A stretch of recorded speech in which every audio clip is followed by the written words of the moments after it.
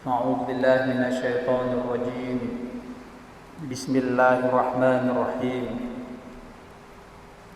يا أيها الذين آمنوا إنما الخمر والميسر والأنصاب والأزلام رجس من عمل الشيطان فاجتنبوه لعلكم تفلحون.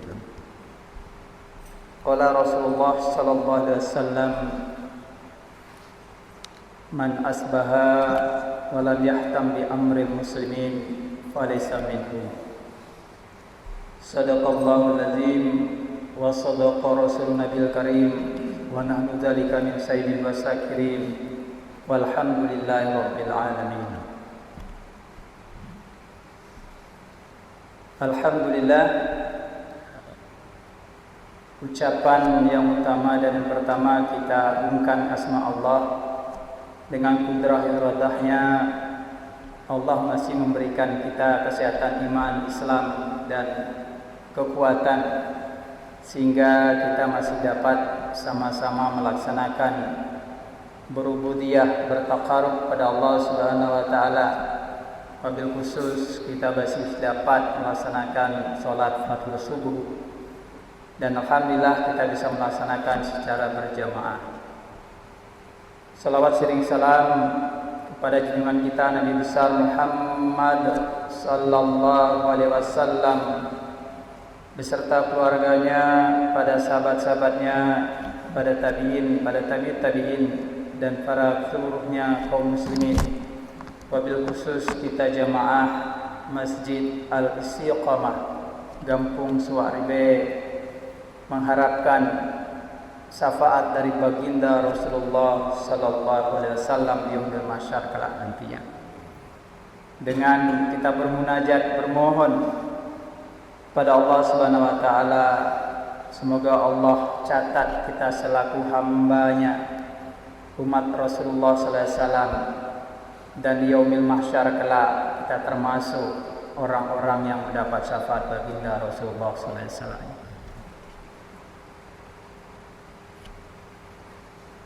Yang kami hormati, yang kami muliakan, Imam Syekh Masjid Al-Istiqomah Gampung Suwaribe, yang kami muliakan Tengku Imam Rawatib, Tengku Milu serta jajarannya, yang kami hormati Bapak Besi Tuaput jajarannya dan pengurus yang lainnya, khusus pengurus pembangunan masjid yang kami muliakan, yang kami hormati, dan wabil khusus para jamaah salat subuh rahimakumullah. Alhamdulillah, sekali lagi kita agungkan asma Allah yang mana dengan kebesarannya, dengan keagungannya Allah masih memberikan kita usia nikmat, usia yang Allah berikan kepada kita. Alhamdulillah, hitungan hari, hitungan bulan, hitungan tahun kita sudah masuk berapa pekan yang lalu di tahun 1446 Hijriah. Walaupun tahun terus bertambah, tapi secara pribadi kita semua usia kita berkurang. Tahun lalu mungkin usia kita 51 tahun, tahun ini sudah 52 tahun. Tahun lalu mungkin 59, tahun ini 60. Tahun lalu mungkin 62, maka tahun ini 63 dan begitu seterusnya. Makin tambah usia kita, makin mendekati Allah memanggil kita. Walaupun Allah tidak menentukan, tidak menyatakan yang tua nanti akan kujemput duluan, tetapi baik yang muda, baik yang remaja, baik yang tua, ketika ajal menjemput kita, maka kita tidak bisa menghentikan sesaat pun. Tetapi kita bersyukur pada Allah, tahun ini Allah mesti memberikan kita nikmat iman, Islam, kesehatan. Jemaah salat subuh rahimakumullah. Alhamdulillah dan terima kasih yang sebesar-besarnya kepada pengurus BKM yang telah memberikan kesempatan izin kepada kami, wabil khusus dari DMDI, Dewan Masjid Digital Indonesia, yang mana program Safari Subuh ini sudah kami lakukan beberapa kali khususnya di Kecamatan Johan Palawan ini. Maka program DNDI, Dewan Masjid Digital Indonesia, salah satunya adalah menyebar naskah khutbah. Jadi setiap Kamis, setiap Jumat itu kami menyebar naskah khutbah. Khusus khutbah Jumat itu terbit insyaallah setiap Jumat kami share. Maka digital Indonesia tadi bermakna ya kita informasi yang kita dapat sekarang, kita membaca, kita memahami, kita bisa melihat, kita bisa menonton itu dengan sosial media, sosmed. Maka digital yang kita gunakan tadi adalah menyebar informasi dakwah kepada jamaah, kepada umat, kepada masyarakat. Tujuannya amar ma'ruf nahi mungkar. Maka program pertama yang kita lakukan dari DMDI itu adalah menyebar naskah khutbah. Dan kita berharap naskah khutbah ini bisa menjadi rujukan pada abu-abu, pada tempuh-tempuh para ustadz yang ketika Jumat itu dia ada jadwal, dia ada amanah untuk mengisi khutbah Jumat. Yang kedua, kita ada program Safari Subuh ini, dan ini kita lakukan untuk saat ini masih di sekitar Johan Palawan, dan pada hari ini kita di Kampung Suaribe. Ada program lagi yang kita lakukan Durusul Masajid, yang kita lakukan pada maghrib. Ini rutin kita lakukan setiap pekan sekali. Dan itu melakukan pada maghrib menunggu isya, biasa jamaah maghrib menunggu isya mungkin dengan tilawah Quran, dengan berzikir, atau juga ada yang cerita-cerita yang inti ceritanya tadi adalah mengingatkan sesama kita. Maka mengisi leluang waktu menjelang isya kita melakukan Durusul Masajid. Dan program ini sesungguhnya sudah dilakukan semua BKM kita di Johan Palawan, bahkan di Aceh Barat ini. Dan di masjid kita yang mulia ini juga rutin setiap pekan, setiap malam, ada berapa malam itu ada kajian pada maghrib. Maka program-program majelis ta'lim ini merupakan program yang kita berharap bisa kita semarakkan.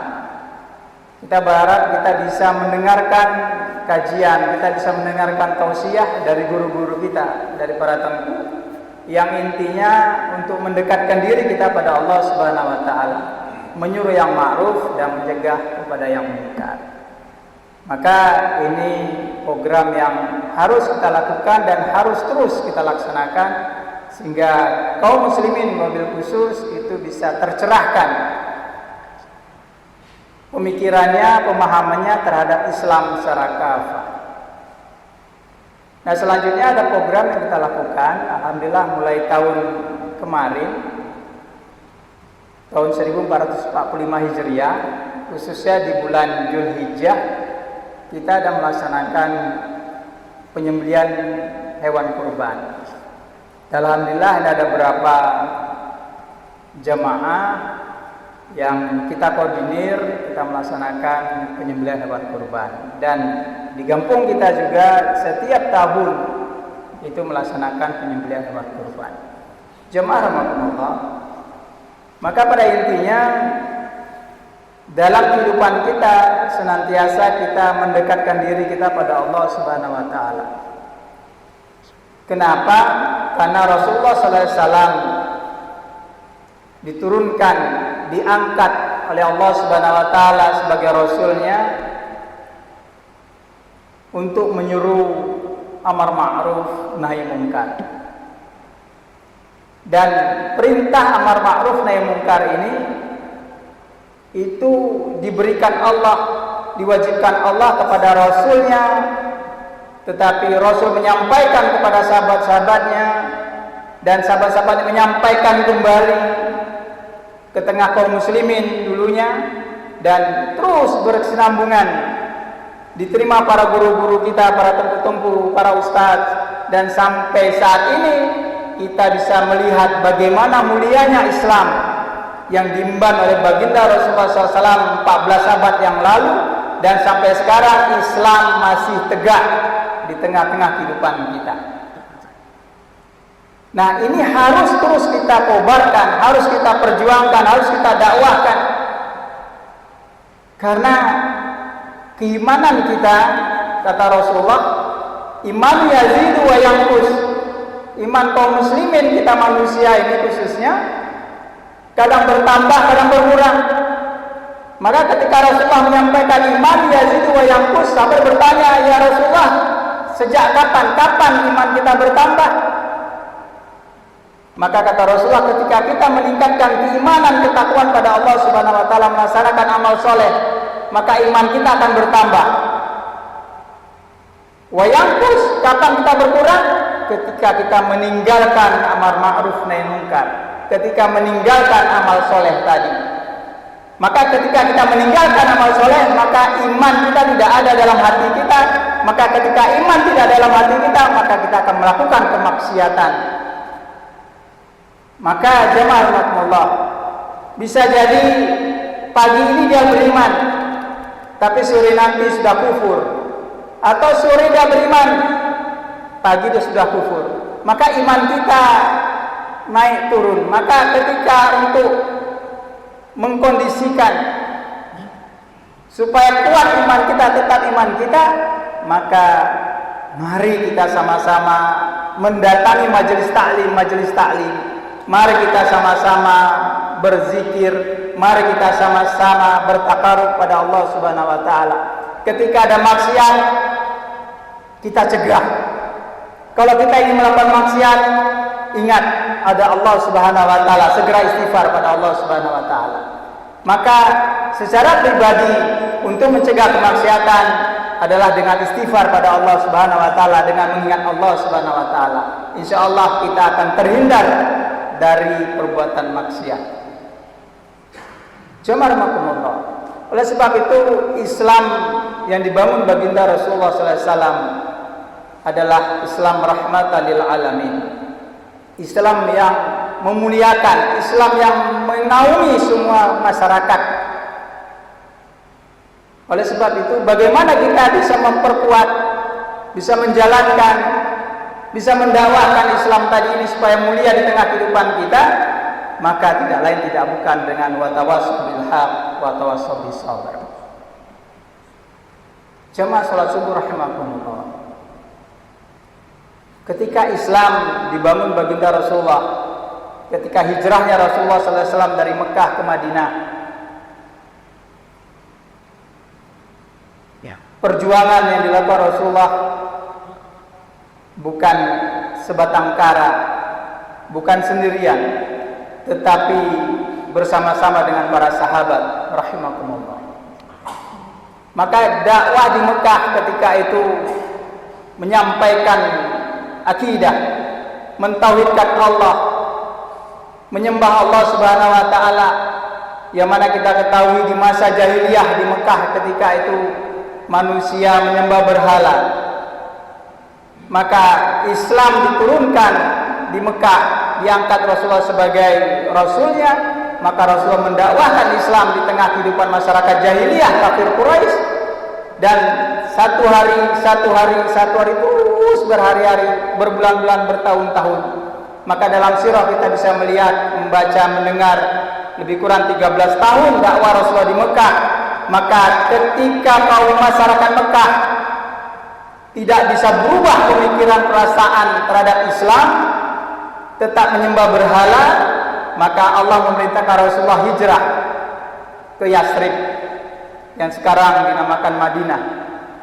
Maka ketika hijrahnya Rasulullah, ketika para sahabat Ansar yang di Madinah mendatangi Rasulullah untuk membaiat Rasulullah bai'ah Aqabah kedua, maka menyerahkan semua agama, menyerahkan semua kekuasaan, menyerahkan semua urusan masyarakat kepada baginda Rasulullah SAW di Madinah Al-Munawwarah. Maka ketika Rasulullah sampai di Madinah, maka Rasulullah disambut dengan Thala al-Badru alaina dan sebagainya untuk mengagungkan, memuliakan baginda Rasulullah SAW. Karena tahu orang bisa menyelesaikan persoalan masyarakat yang jahiliyah ketika itu tidak lain tidak bukan adalah baginda Rasulullah SAW. Dari mana? Dari akidahnya, dari akhlaknya, dari ucapannya, dari perbuatannya. Maka masyarakat itu yakin inilah orang mulia, paling mulia yang bisa menyelesaikan permasalahan masyarakat sekarang ini ketika di masyarakat di Madinah. Maka dibangunlah satu tahapan, disampaikan akidah Islam, disampaikan syariat Islam. Bahkan Rasulullah di Madinah posisinya bukan sekedar sebagai Rasul utusan Allah menyampaikan dakwah Islam, tapi Rasulullah sekaligus menjadi kepala negara.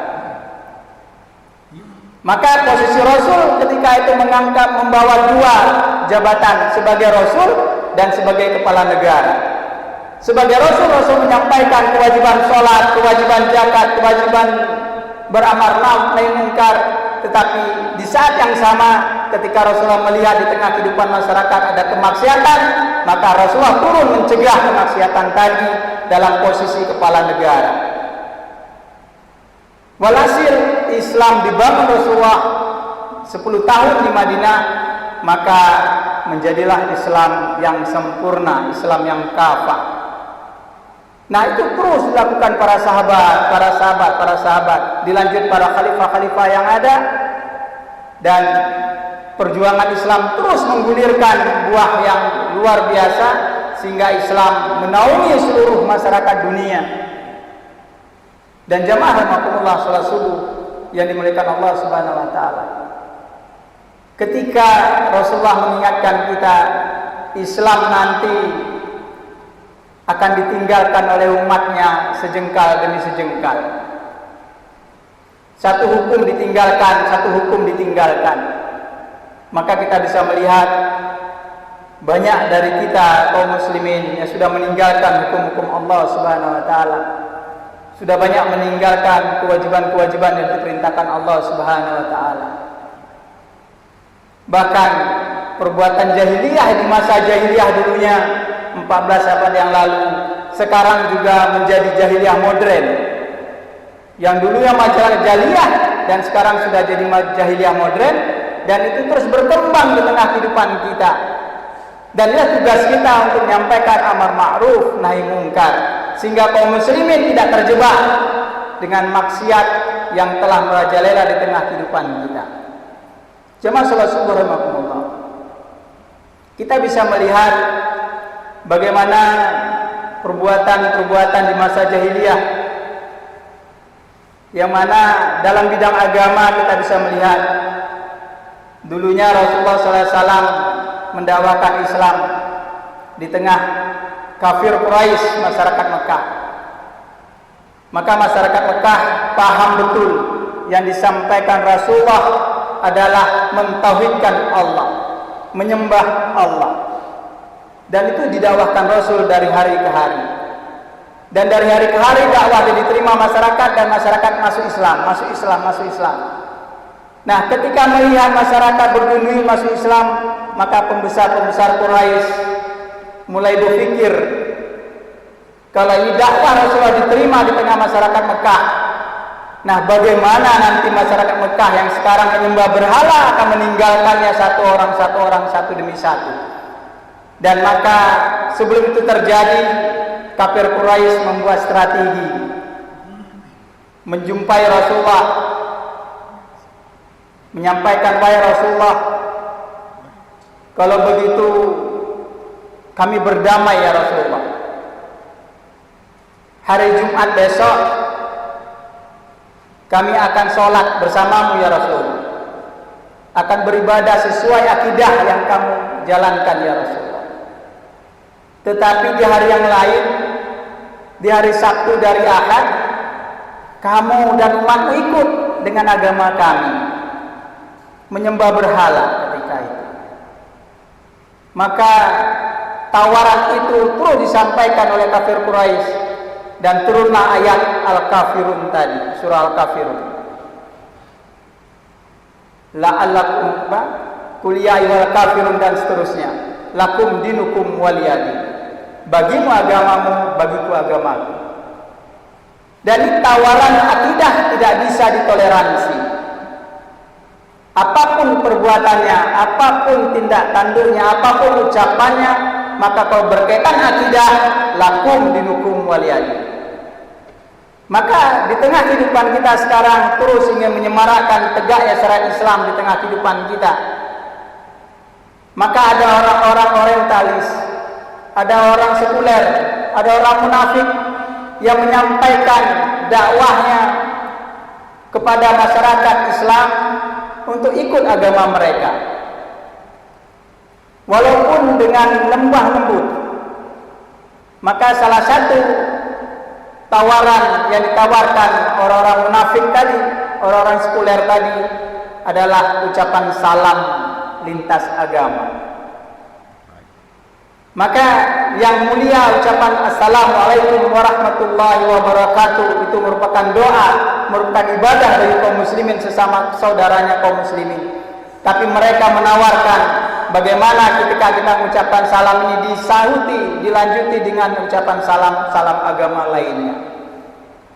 Nah, ini merupakan pengkaburan akidah, merupakan seolah-olah agama itu sama.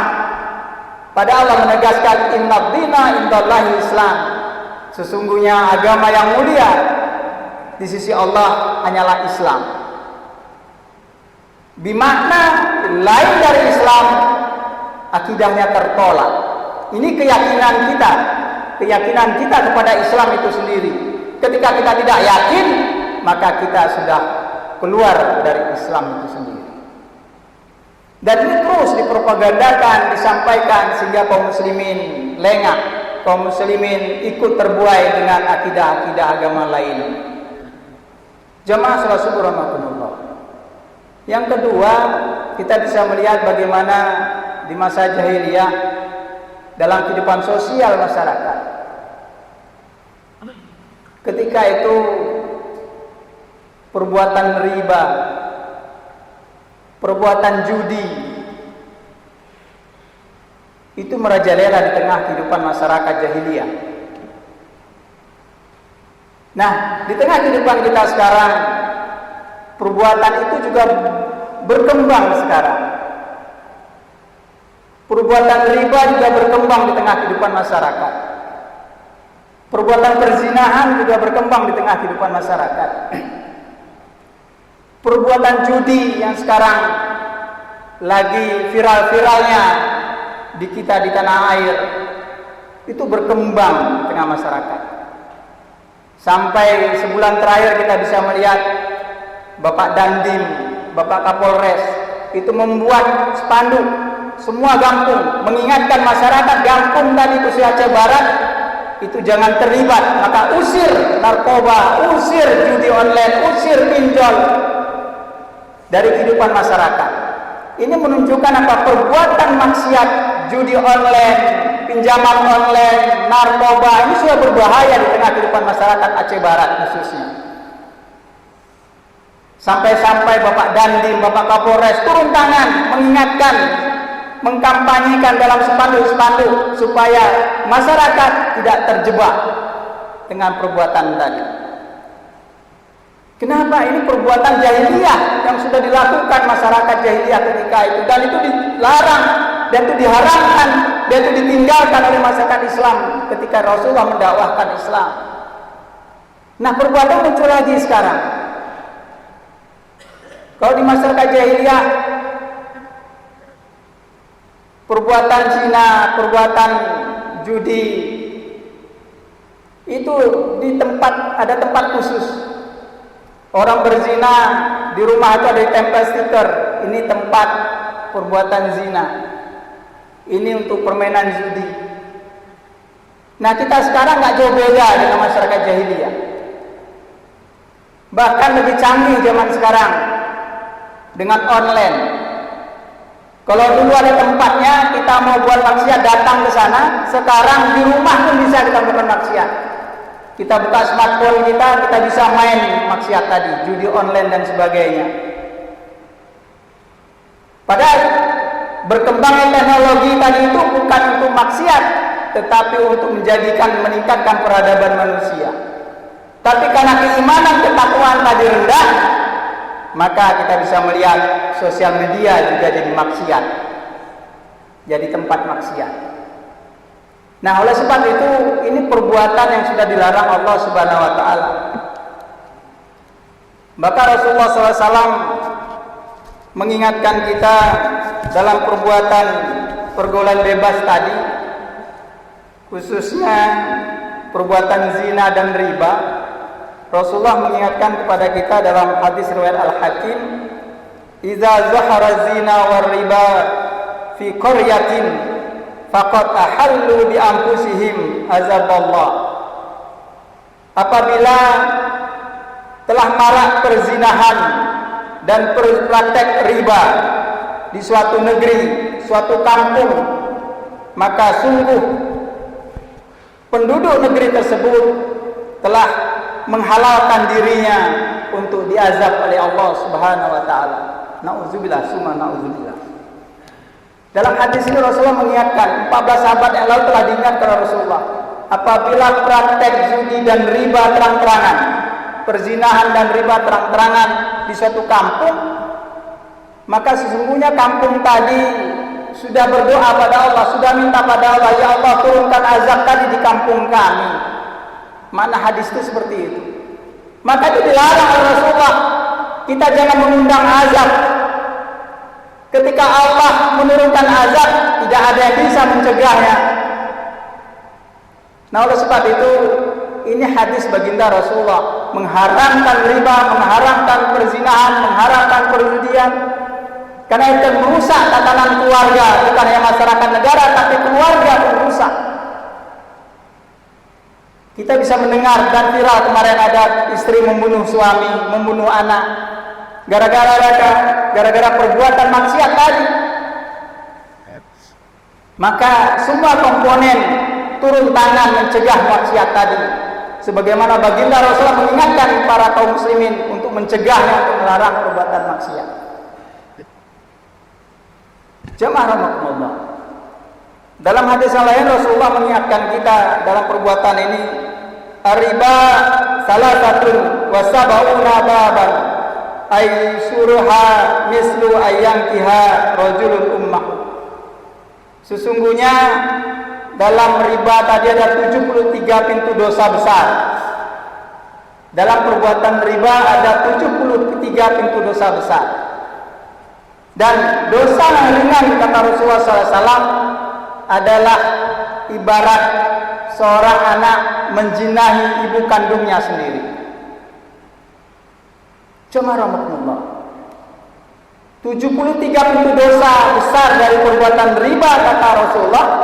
Yang paling ringan pintu dosa yang ringan tadi dari perbuatan riba, ibaratnya seorang anak menjinahi ibu kandungnya sendiri. Nauzubillah, summa nauzubillah. Perbuatan zina diharamkan Allah Subhanahu wa taala. Hukumannya bisa dicambuk, bisa dirajam. Tapi dalam perbuatan riba tadi ibaratnya seorang anak menzinahi ibu kandungnya. Ini bagaimana riba tadi memang dosa besar yang luar biasa yang harus ditinggalkan di tengah kehidupan kita.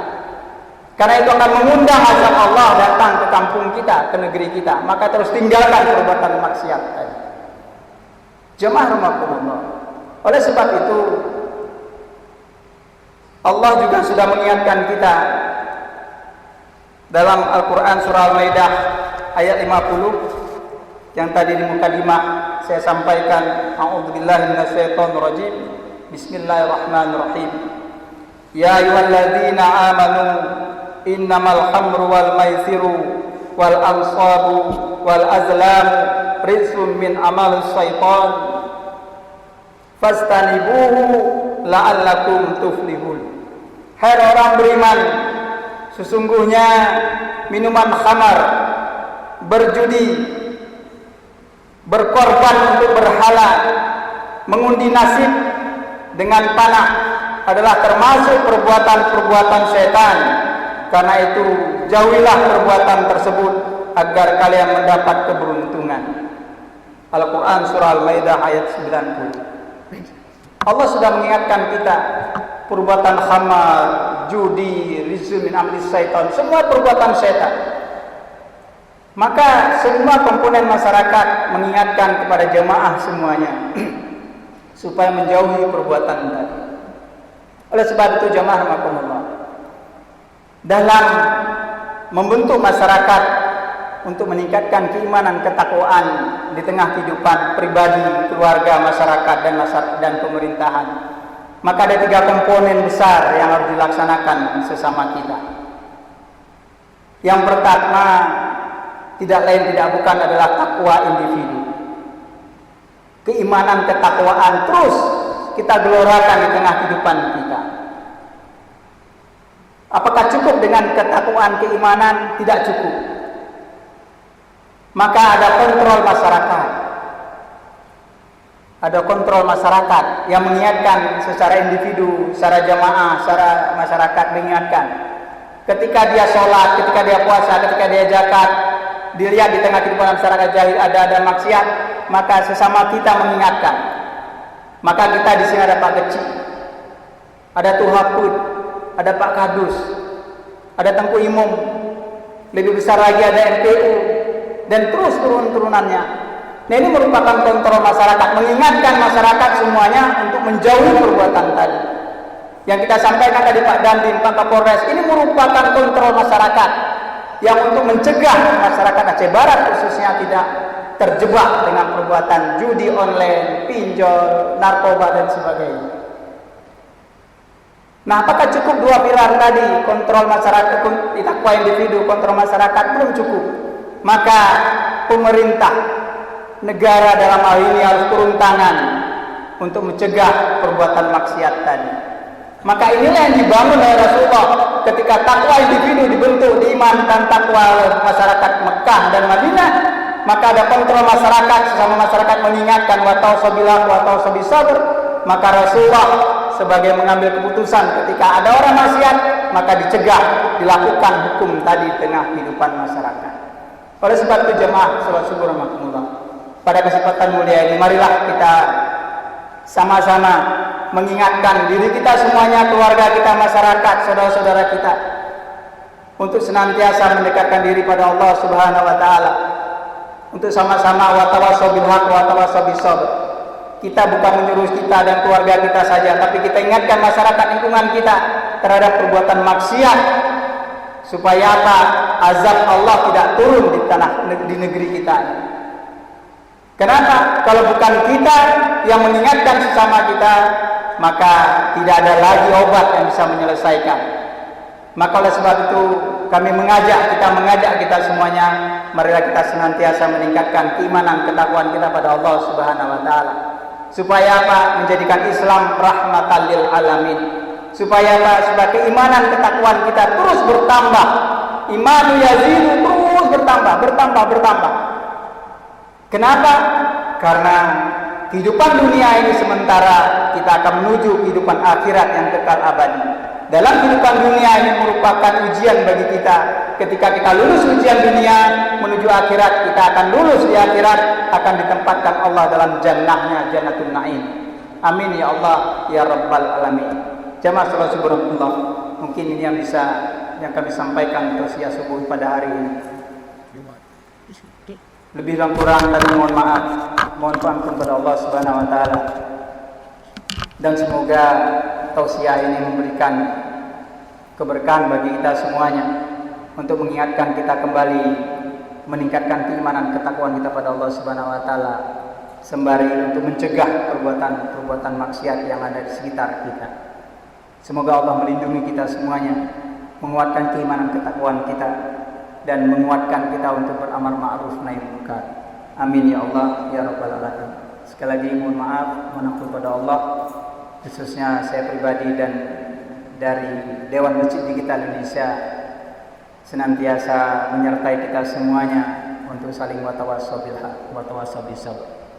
Billahi taufiq wal hidayah. Wassalamualaikum warahmatullahi wabarakatuh.